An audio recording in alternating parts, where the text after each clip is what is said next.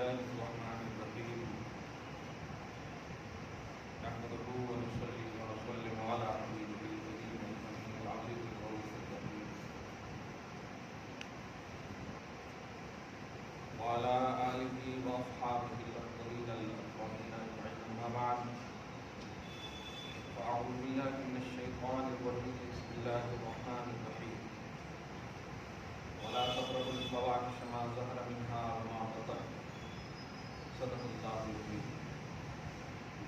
حصول برکت کے لیے درود شریف پڑھ لیجیے. اللہم صل علی سیدنا و شفیعنا و حبیبنا مولانا محمد وعلی آلہ وصحبہ صلی اللہ تعالی وعلی آلہ واصحابہ وبارک وسلم.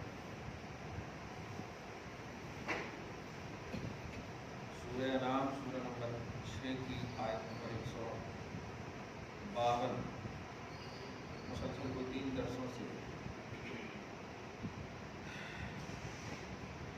اس آیت کا درس چل رہا ہے. اولاد کے حوالے سے گزشتہ درس میں مخلصی کے درس سے اولاد کو قتل نہ کریں. آج کے درس میں بھی مستقل عنوان ہے. اس آیت میں تقریباً 4-5 عنوان مستقل. حلال و حرام کا معیار جو پہلا عنوان ہے، شرک کا عنوان دوسرا ہے، والدین کے ساتھ احسان کرو تیسرا ہے، اولاد کو مخلصی کے ڈر سے قتل نہ کرو چوتھا ہے. 5واں عنوان آج ہے بے حیائیوں کے پاس نہ جاؤ. بے حیائیوں کے قریب بھی نہ جاؤ. عرب کا ایک محاورہ ہے، کسی بھی گناہ یا کسی بھی نگیٹو چیز کی تشدید کے لیے، شد و مد بیان کرنے کے لیے، سختی بیان کرنے کے لیے ایسا لفظ استعمال کرتے ہیں.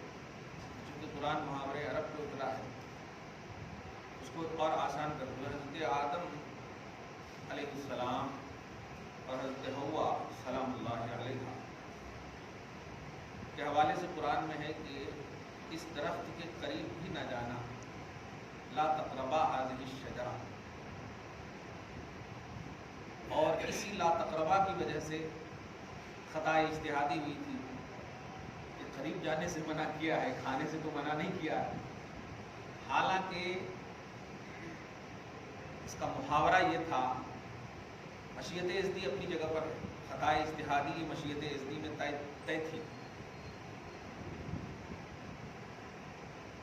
خطا اجتہادی میں ثواب ملتا ہے. عجیب بات ہے، لوگ خطا اجتہادی کرنے والوں کو قابل گرفت گردانتے. اور حدیث پاک میں ہے کہ اذا حکم الحاکم واجتہد فاصاب فلہ اجران واخطأ فلہ اجر واحد. بخاری اور مسلم کی حدیث ہے کہ جب کوئی مجتہد اپنے اجتہاد میں، اپنی کوشش میں، قرآن و حدیث کی کوشش میں کامیاب ہو جاتا ہے تو اسے 2 اجر ملتا ہے، ایک کامیابی کا اور ایک کوشش کا. اور اگر کامیاب نہیں ہوتا، خطا کر جاتا ہے تو اسے 1 اجر ملتا ہے کوشش کا، کامیابی کا اجر نہیں ملتا. مطلب اجر ملتا ہے وہ، مگر لوگ پکڑنے کی باتیں کرتے ہیں. خطا ہے نا، بس پکڑ لیں. اللہ پاک صحیح فہم نصیب فرمائے. تو لا تقربا یعنی قریب بھی نہ جاؤ. یہ اس وقت بولا جاتا ہے عرب کے محاورے میں جب وہ چیز جس کے حوالے سے آپ کو روکا جا رہا ہے قریب بھی نہ جانے سے، وہ مطلب بہت ہی اہمیت کی حامل ہے. یعنی اس کو استعمال کرنا تو دور کی بات، قریب بھی جانے کی نہ کو سوچو. یہ ہے جسے وہاں پہ آگ لگی ہوئی ہو، اب کیا کہا جائے گا؟ آگ کے قریب بھی نہیں جانا. مطلب اس کا کیا ہے کہ آگ آپ کو متاثر کر دے گی، جلا ڈالے گی وغیرہ. تو یہاں بھی وہی کہا جا رہا ہے کہ بے حیائیوں کے قریب بھی نہ جاؤ. بے حیائی کرنے کی بات تو چھوڑو، بے حیائی کا ارتکاب یہ چھوڑو، قریب بھی جانے کی سوچنا نہیں. بہت بڑی بات ہے. اور لفظ فواحش کا استعمال ہوا ہے. فاحشہ گناہ کو بولتے ہیں، اور اس گناہ گناہ کو بولتے ہیں جو ظاہر سے تعلق رکھتے ہیں. طبعی گناہوں طبیعت جسے ناپسند کرے اسے فحش بولتے ہیں اور شریعت جسے ناپسند کرے اسے منکر کہتے ہیں. بات نمبر 21 کی فرسٹ آیت کریمہ آپ دیکھیں گے ان الصلاۃ تنہا عن الفحشاء والمنکر، دونوں ہے. بے شک نماز فحش اور منکر دونوں سے روکتی ہے. طبعی بیماری طبعی برائی سے بھی آپ کو روکتی ہے اور شرعی برائی سے بھی آپ کو روکتی ہے. کیا بات ہے. تو یہاں پر کہا گیا ہے کہ بے حیائیوں کے قریب بھی نہ جاؤ.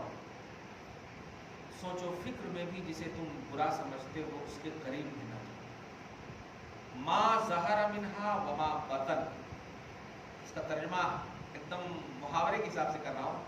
نہ رات کی تاریکی میں نہ دن کے اجالے میں. یہ ایک دم آسان اور بہت ہی جامع ترجمہ ہو. وہ ظاہراً اور باطناً اگر ترجمہ کر دیے تو کچھ بھی سمجھ میں نہیں آتا. دو ہی چیزیں نا، چھپ کے کرنا یا دکھا کے کرنا. اسی لیے میں نے کہا نہ رات کی تاریکی میں نہ دن کے اجالے میں. اب سب آ گئے اس میں، 24 گھنٹے آ گئے پورے.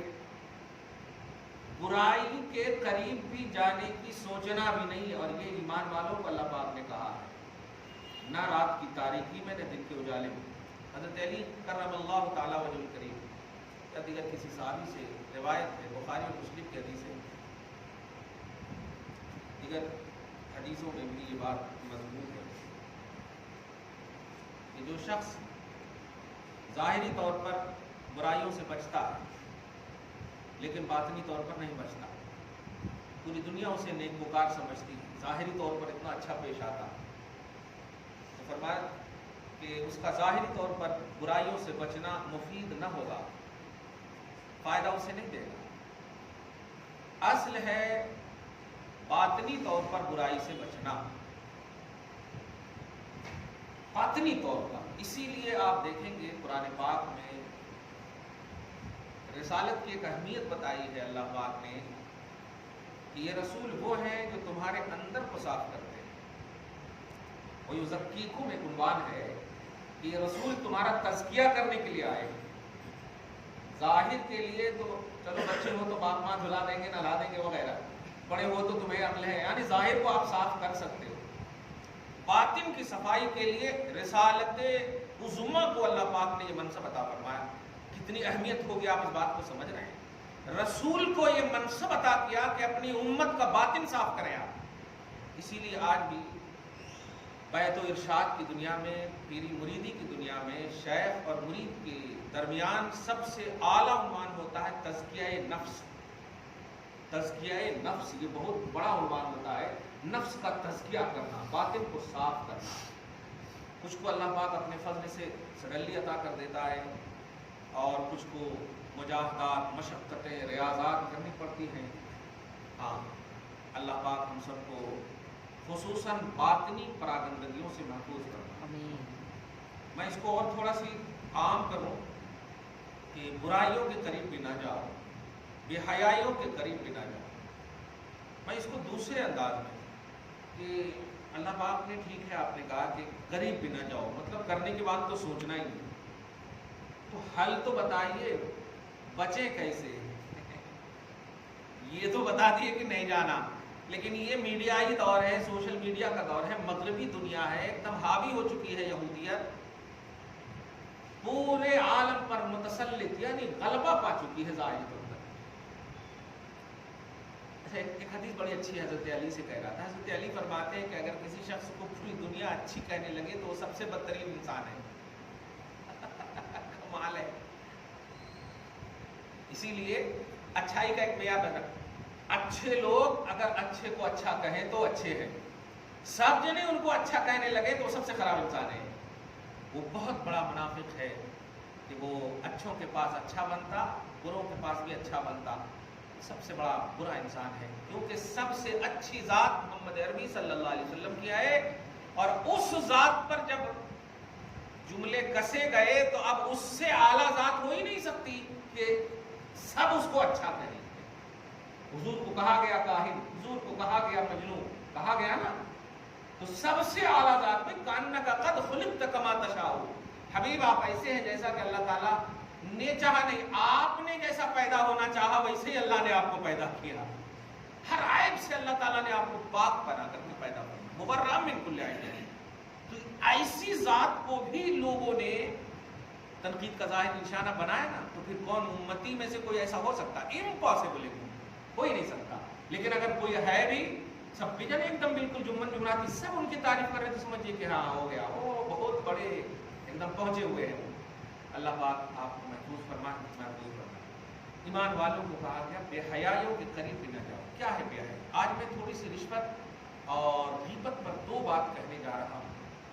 یہ چیزیں ہمارے معاشرے میں، سوسائٹی میں عام ہو چکی ہیں. خاص طور سے لاک ڈاؤن کے بعد تو ہمارے بچے اتنے عجیب ہو گئے ہیں کہ حالانکہ ایک بچے کو بھی ڈانٹا بھی میں. بامبے سے کسی نے فون کیا، یہ میوچرل فنڈ کوئی ہے ایسا، اس میں کیا کرنا، ایسا کرنا ویسا کرنا. میں نے کہا سب سے پہلے تو کہا بامبے کے سارے مفتیاں مر گئے کیا؟